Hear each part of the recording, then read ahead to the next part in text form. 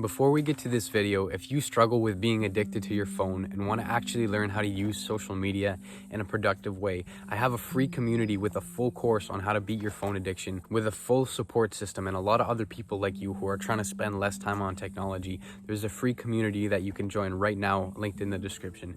Now, with that being said, if you're around my age, you probably grew up with social media. You probably grew up as an iPad kid watching YouTube all the time or scrolling on Instagram, or you've probably just been around social media, because honestly, most of us have. And the thing that I think a lot of people are starting to find is that scrolling on social media or messaging people that you really aren't friends with on Snapchat really isn't all that fulfilling, and they're trying to find different ways to spend their time. And that's great to see people actually starting to come back into the real world and starting to live their life again. But what has also happened is social media has pretty much made a lot of our attention spans completely trash. And when initially we do take that time and take a step back from social media, a lot of the things in the real world aren't as stimulating as scrolling on social media. It's hard to just sit and watch a video like this without a lot of editing, just some nice guitar music in the background. You know, it's not necessarily as stimulating as seeing a new TikTok every 5 seconds with crazy edits and all this music and stuff like that.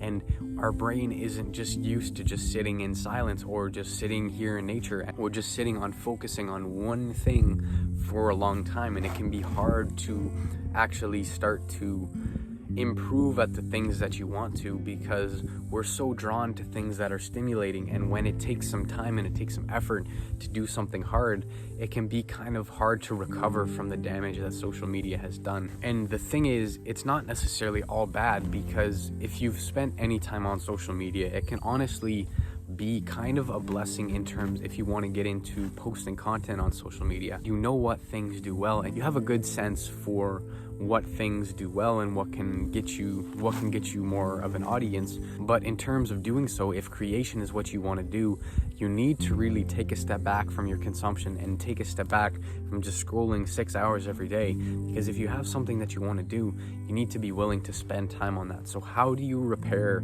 your brain from the damages that social media has done to it? And there's a couple different things that you can do. Now, the first is meditation. Meditation is pretty much something that you can't do wrong. You don't necessarily need to be meditating like a Buddhist monk, but meditation basically comes with just sitting in silence, usually with your eyes closed, and just focusing on one singular thing, whether that be your breath or whether it be the sounds of these strange bugs and birds going on around you. Maybe that's, or maybe you do some kind of spiritual meditation if that's what you want to do.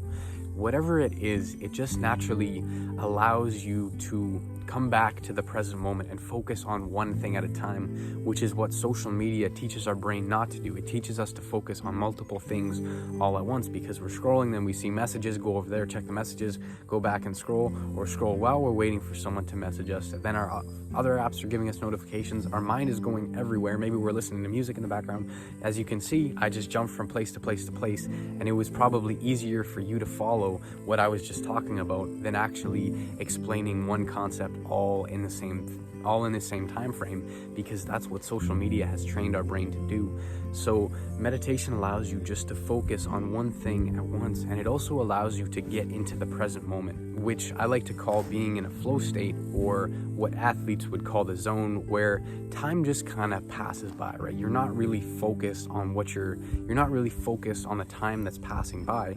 You're simply focusing on the task at hand. You don't really have any thoughts going in your mind. You're not worried about the future or what you have to eat later. You're not regretting the past or how you blew it with that girl that you were talking to. You know, you're just focused on what you're doing at that task. And the thing is, now that I've been meditating for pretty much 2.5 years, my flow state, especially for tasks like this when I'm recording videos, can really come really quick, or when I'm writing songs or working on music.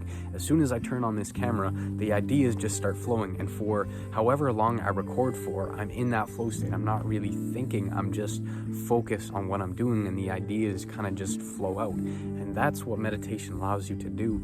And it also allows you to get back to that flow state and be present even in the things that are kind of boring, whether it just be walking to school or whether it's cooking. You're naturally going to find you enjoy the little things in life a lot more. And the second thing that will allow you to kind of repair your brain is to do things that challenge your brain and challenge you to learn a new skill. So whether that's picking up a new instrument or learning a new sport or learning a new type of movement in the gym, be it like some crazy calisthenics thing or a martial art, learning new skills will allow your brain to start to kind of get that ability back to focus on one thing and get those connections and improve those connections, doing something that is actually productive for you instead of just scrolling and training your brain to constantly be switching back and forth between tasks. It allows you to do something that is still enjoyable and especially very rewarding when you figure out how to do that thing and get it correct, whether it be playing a song on the guitar or how to do that crazy martial arts kick.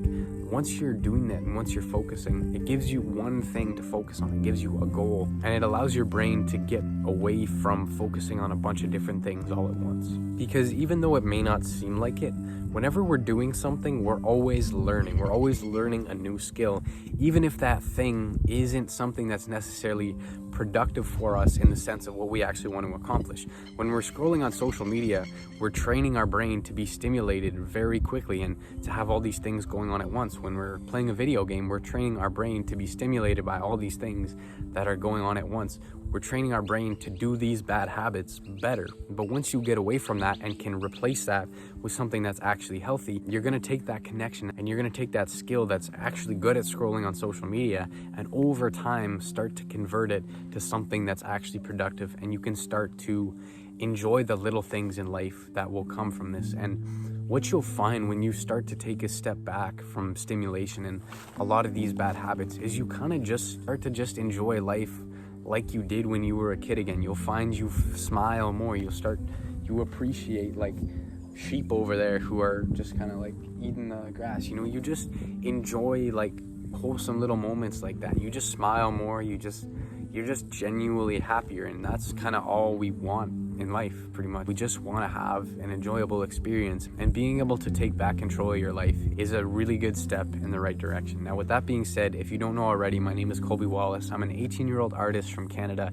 and if you like videos like this and want to hear more talks like this, you should subscribe, because it's a win for you and it's a win for me. Not sure why you're still waiting. And if you want to join our free community, like I mentioned in the beginning, on how to actually start using your phone productively and beat your phone addiction, free community in the description. My original music is also in the description. And with that being said, never stop creating, my friend, and I will see you in the next one. Goodbye.